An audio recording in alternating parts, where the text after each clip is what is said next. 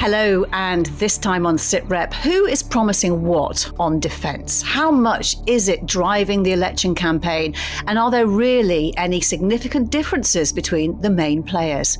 NATO needs to learn the language of AI, according to a senior Royal Navy officer. How can we properly share and analyse data with our friends and allies? And the moment that made me. We were shocked. We'd woken up at night and told you they're in a war now. Get on with it. And everyone was caught slightly with their trousers down, quite frankly, because this wasn't on the menu at all. Julian Thompson, who led 3 Commando Brigade in the Falklands conflict, is the first veteran to share their story of the most pivotal moment in their life and career for our new Sitrep series. Sitrep with Kate Gerbeau and Professor Michael Clarke. And Mike, Julian's story there, it's a reminder we really do need to expect the unexpected, don't we? Yeah, and hearing Julian there, I think about Major Mike Norman, who was the Royal Marine, who was on the Falklands on the 1st of April, in charge of 57 Marines who were going to be overwhelmed by the invasion they know was going to take place. And he got them together and he said to them, "We're going to die tonight." And he said, "Now go away. Think about your wives, your girlfriends, your dog, whatever matters to you. Think about it. Do them credit and then close that book and then we'll do the job. And remember, we're not doing this for the country. We're doing this for the Royal Marines." And that was that's a moment that most of us don't have to live through, but that shapes everybody's life. And talking to some of the Marines afterwards who did survive, who were captured rather than killed, they said that you can't ever have a normal life after you've had a moment where your commander says, "We're going to die tonight, go away and think about it and then come back and do your job." This is a sobering thought, isn't it? Well, we'll hear much more from Julian later. But first, the big job of the day is the general election. The promises from the biggest parties are all published now. And Sitrep's James Hurst has been leafing through the manifestos for us. James, how'd you get on? Give us the overview. What characterises the manifestos in this election then? So let me just give you some context first. We're going to go through the sort of main parties with most electoral support in Great Britain, so England, Scotland and Wales. If you look at the Conservatives, Labour, Liberal Democrats, Reform UK, they've all got substantial defence sections, a bit on defence, but not so much from Plaid Cymru, the Greens and the SNP. So we'll come to them in a bit. There is, in a sense, there's a lot of similarity between the parties. There's not a huge amount of big ideas. There are some standouts there. I don't think there are any great surprises. There's a lot of status quo. The thing that, for me, characterises this set of manifestos is those parties are all giving their own version of saying they want to spend 2.5% of national income on defence. Now, if you might remember this, you go back to 2015, not one major party would even commit to continuing to meet that NATO threshold. So the ground has shifted. And I think if anything characterises not so much these manifestos, but this election, it's that.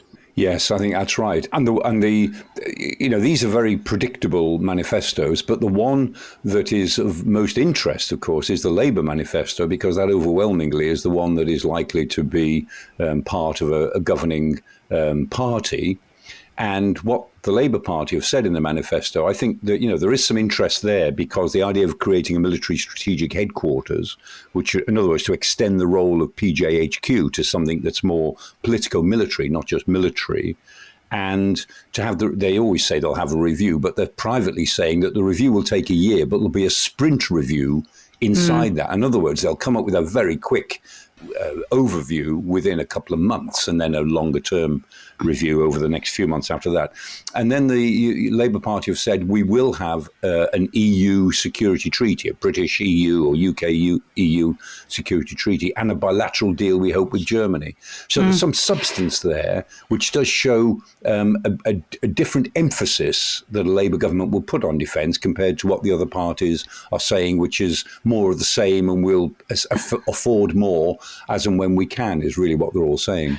And James, just to go drill down a little bit more into the spending and the size of the armed force, can you give us the detail on the spending? Yeah, so let me compare and contrast party by party. The Conservatives, as Rishi Sunak announced some time ago, but it's written in their manifesto, they say they will boost defence spending to 2.5% of GDP by 2030. So they're setting a date. Interestingly, they call that our new NATO standard. So they're also promising to campaign for that within NATO.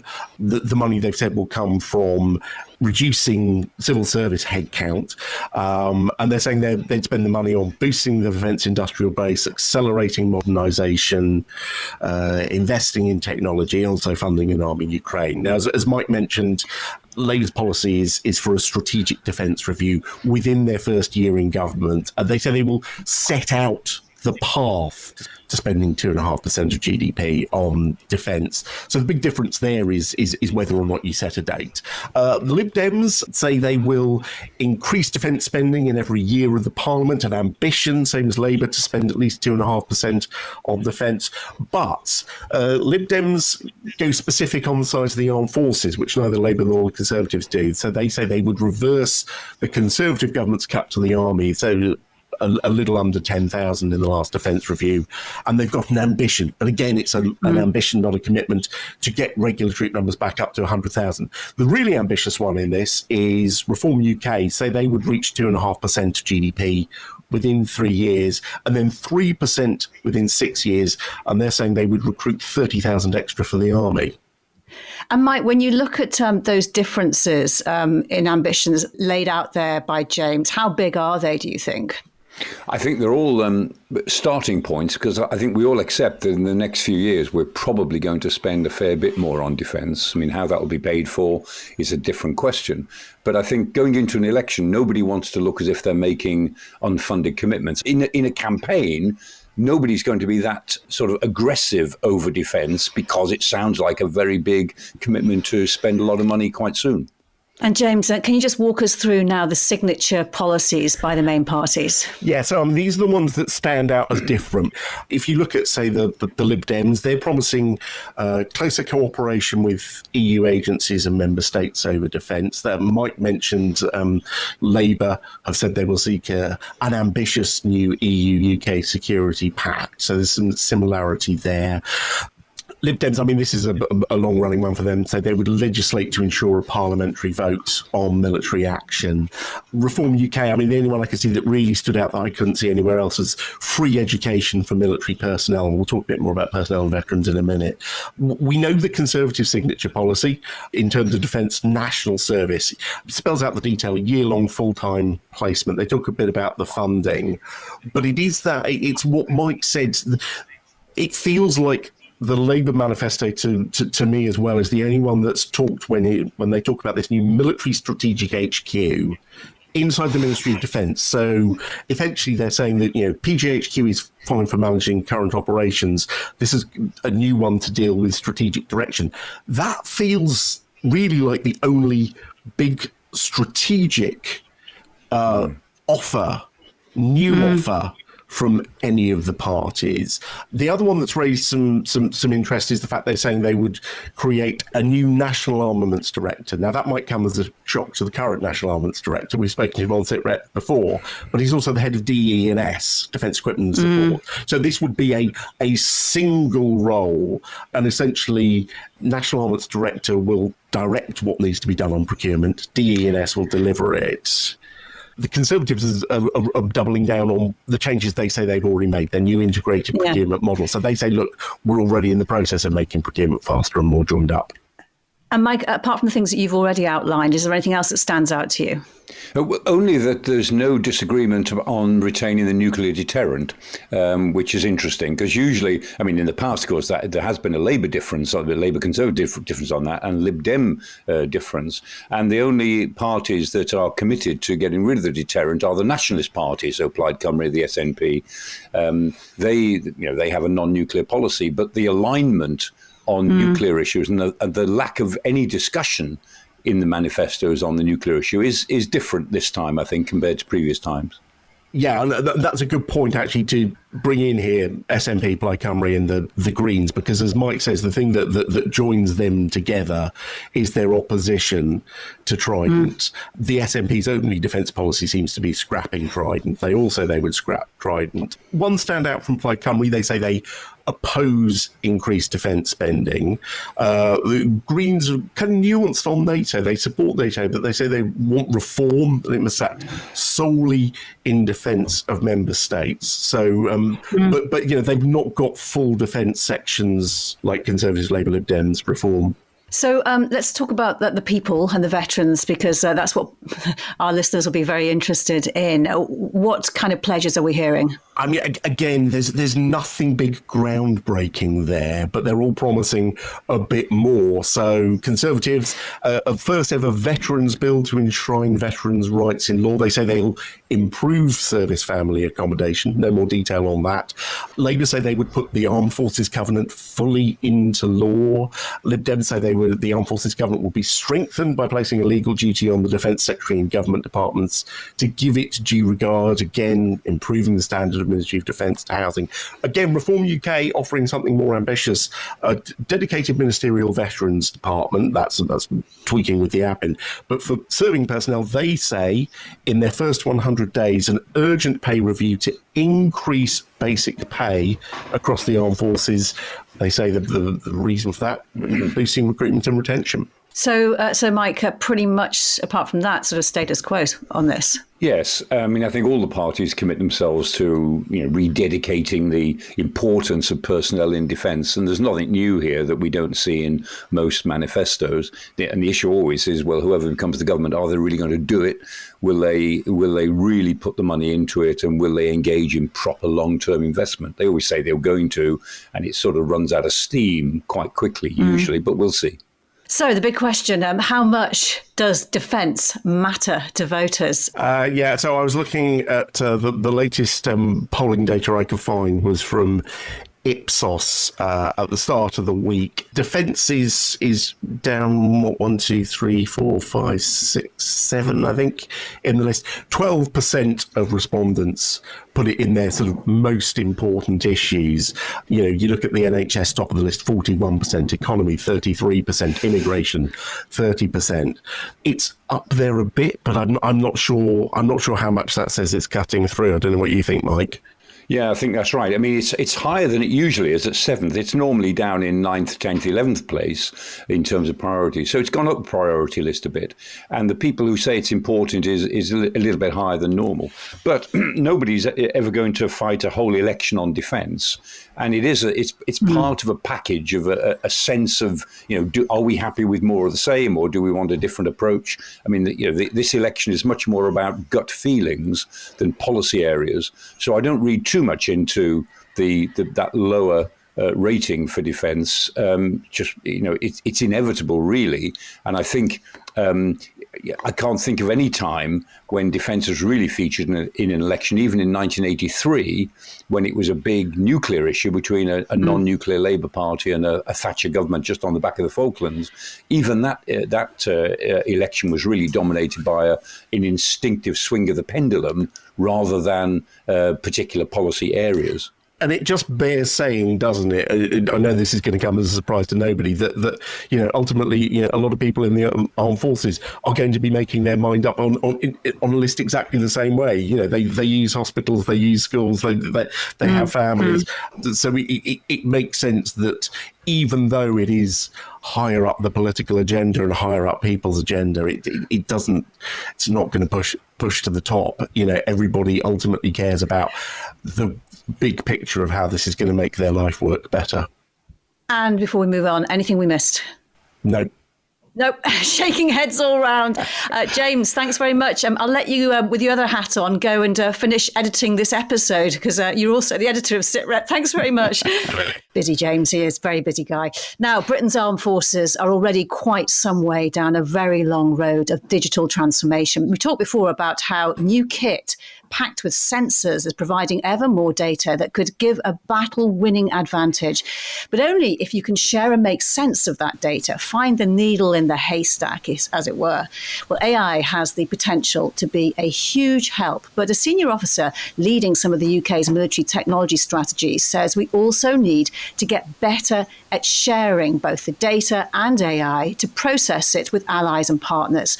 The Royal Navy's Director Develop, Rear Admiral James Parkin, was giving a keynote speech at the Surface, Air and Seabed Warfare Conference in Portsmouth. Well, Sitrep's Tom Sables was there. Hi, Tom. Tell us a bit more about what he had to say then. Hi there, Kate. So the key message from Admiral Parkin was there needs to be a shift in perspective on artificial intelligence, algorithms and defence data more generally. So as we move further down that line, it's viewed in the same way we look at, say, standard NATO rounds or common refuelling methods. Crucially, though, this would rely heavily on sharing data that actually belongs to industry in the UK and elsewhere to really get all of the nation's systems singing from the same hymn sheet.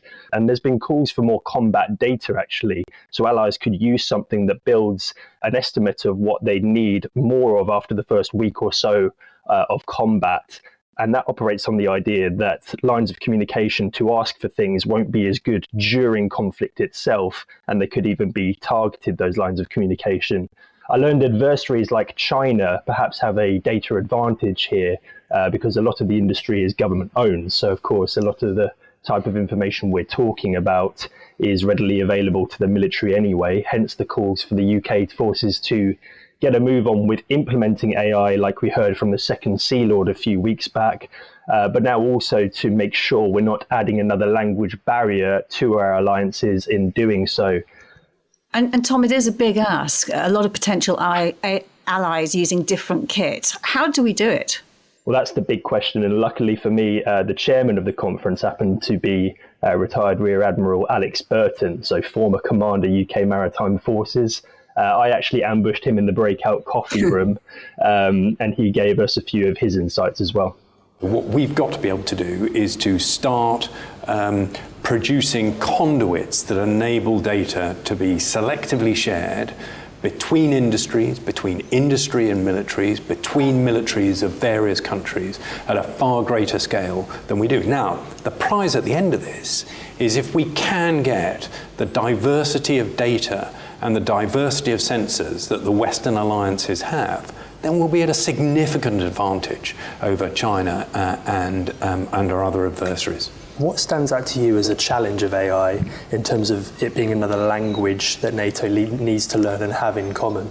Yeah, I think it's a great question. I think I've broadened it beyond NATO to allies of choice, wherever those allies and those adversaries might be. So in the instance of the Euro-Atlantic, of course, that's most likely to be NATO. It could be the JEF, which is a subcomponent of NATO now. It could be a French-UK operation. But out in the Far East, in the Pacific, you're talking about AUKUS, the Australians, the Americans, potentially the Japanese, potentially the South Koreans as well. So at the heart of it is how, as navies, as joint forces, we're able to interoperate, integrate, and potentially interchange our capabilities together to give that decision advantage.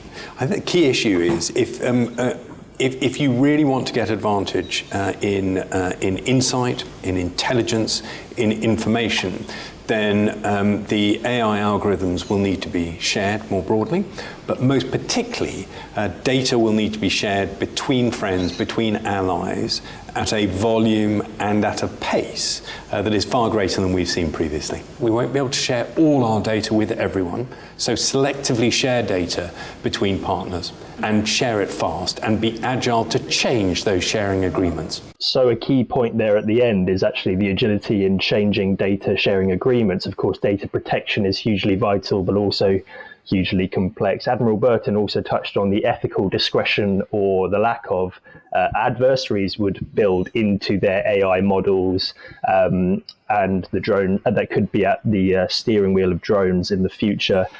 So if if that's what we're up against, then taking advantage of alliance members was deemed crucial, or being an alliance member would be crucial.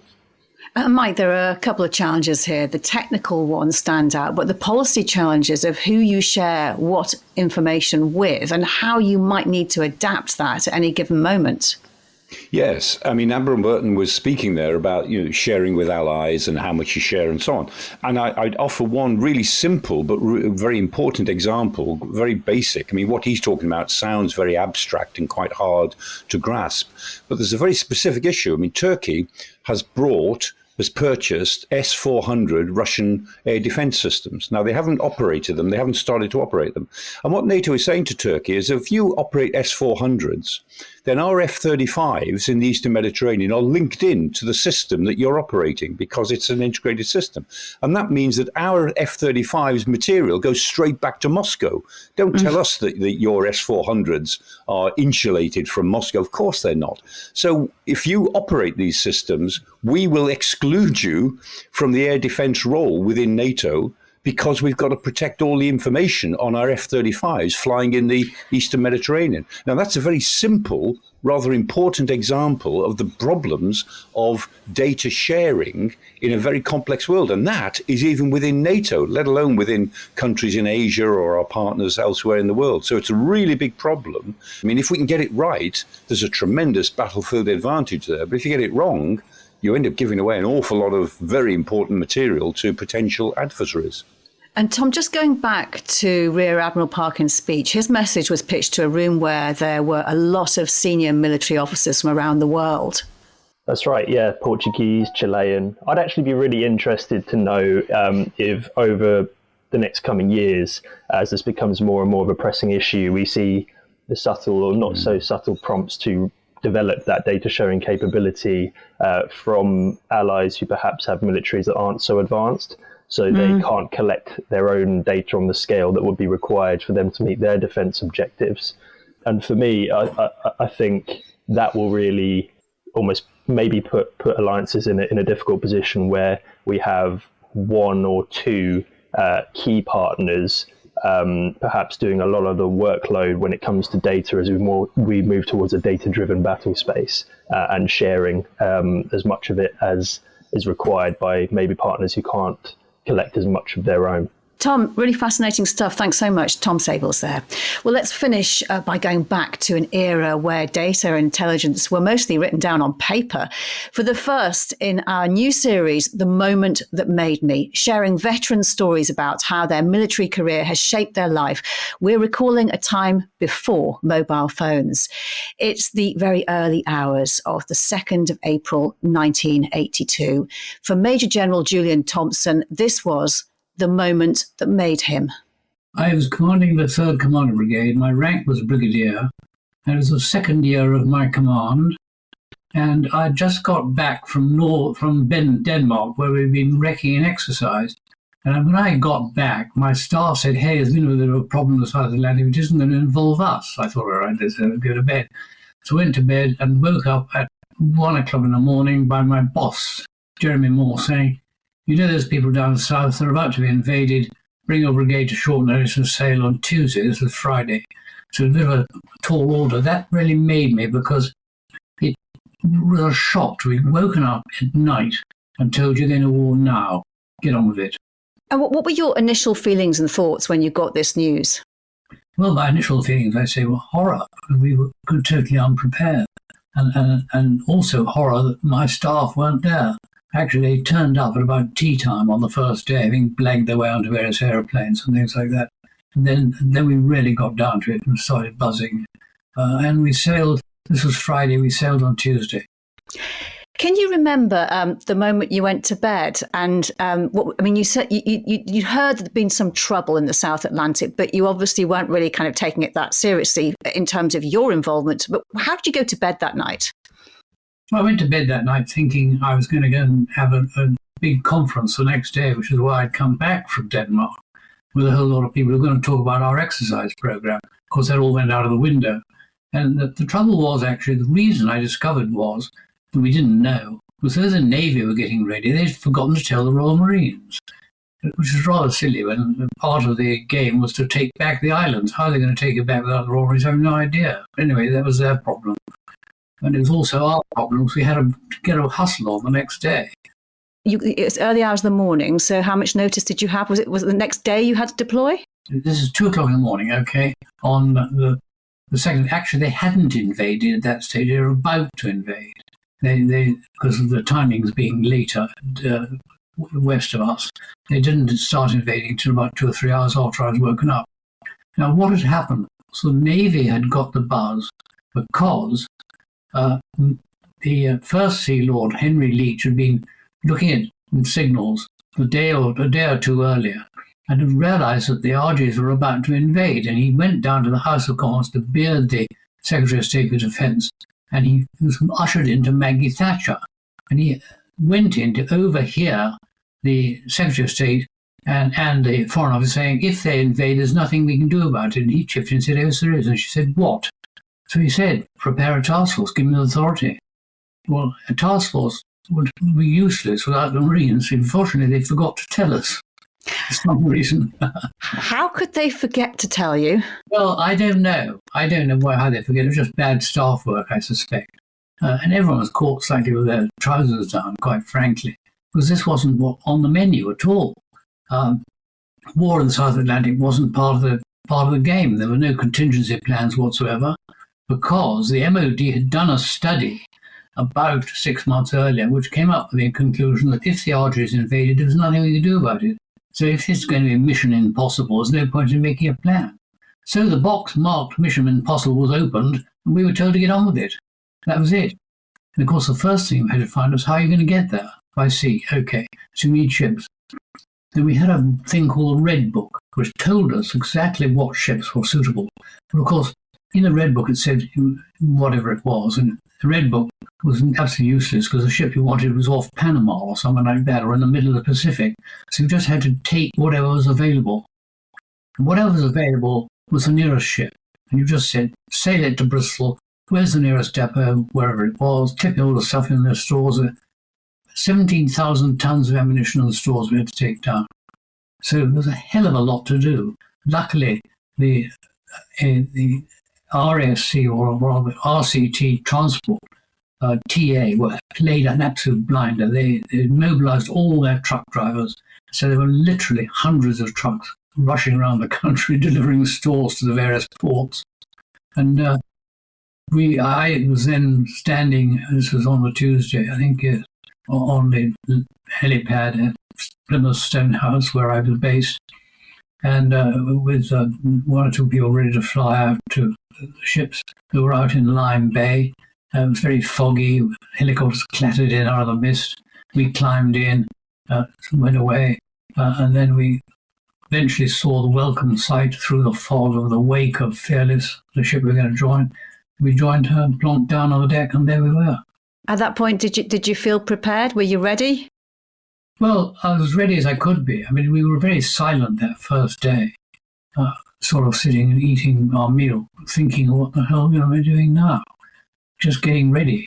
And it all started coming together because actually the brigade I commanded was a jolly good brigade with a super staff. They were ready for just these sort of things. I didn't really have to worry in the end. In the end, it became just routine. It's interesting that you chose, of all the things that happened before, during, and at the moment the Argentinians actually surrendered during the conflict, that the moment that you chose was the phone call. It wasn't the battle for Goose Green. It wasn't the battle for Mount Tumbledown. It wasn't the moment that they capitulated in Stanley. Why that particular moment, the phone call? Why is that the moment that made you? It was such a wake-up call. I mean, you don't normally get a call to war from your bed in the middle of the night. It's a fairly unusual thing to happen. There's no warning at all, nothing. You just go to war, boom, like that. And that sort of jolted me into reality, I think. That's why I chose that moment. When you rewind and think about that night or the early hours when you got that phone call, the way you reacted, have you got any lessons that you can share with us in how to rise to the occasion when you get that kind of thing? Well, I think the lesson is to have a good team. But my goodness me, I had a good team. And I wouldn't be able to do it by myself. There's absolutely no doubt about that. And the lesson is that it's James Hill's lessons. Gentle majority is made of chaos reigns. Chaos undoubtedly will reign. It did. And I remember my company commanders, I had some very experienced company commanders who fought in the Dauphin War. They said to their companies, be disappointed if chaos doesn't reign, because it did. You've got to work through it. And the guy who wins is the guy who sorts out the chaos quicker than the other guy. Do you miss the chaos? No. Major General Julian Thompson, fab to talk to you. Thank you so much. Kate, lovely to talk to you too.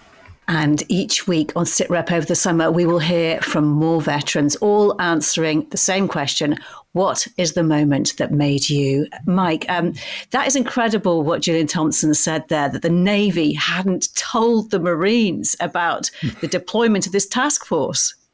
Yes, I mean, that's what happens in crises. People forget the most obvious things. Even you look at the Cuba crisis, the most dramatic crisis in modern history, the number of things that were forgotten to do, that people forgot to do or didn't think about, is legion. You can make a whole list of them. It does tend to happen. Some of the most basic things get forgotten when everybody comes together. I mean, crises are a pressure of time, threat, and surprise. Time is telescoped. There's a threat of something, and everyone is surprised. And that time, threat, and surprise combination creates lots and lots of mistakes. And the side that, as Julian was saying there, really, the side that prevails is usually the one that makes the fewest mistakes. And that chaos that Julian spoke about, they pulled it out the bag. Are we now underestimating what we could pull out the bag if we needed to? We do underestimate in a way, because we always rely on our armed forces to perform miracles of improvisation. But the things that Julian said there were really important. First of all, the staff has got to be good. You've got to have a good staff. And I hear that again and again from military leaders. There has to be, Eisenhower said, plans are rubbish, but planning is everything. No plan is any good, but you've got to be able to plan quickly for the situation. So plans are rubbish in themselves, but planning is everything, and you need a good staff to do that. And the other thing he said is stores and ammunition. The ability to get, did you say 17,000 tons of stores and ammunition, to the south coast quickly, stores and ammunition. And that's the issue that we face now, is that, if our forces can be as inventive and brave as you like, if they run out of ammunition and equipment, doesn't matter how brave they are, they're going to lose. And there we must leave it this time, Mike. Thanks so much. And my thanks to all of our guests. That is it for now. Professor Michael Clarke and I will be back with another Sitrep next Thursday. Until then, you can always catch up with past programmes you might have missed online at bfbs.com/Sitrep, the Forces News YouTube channel, or wherever you get your podcasts. For now, though, from me, Kate Gerbeau, thank you for listening. Bye for now.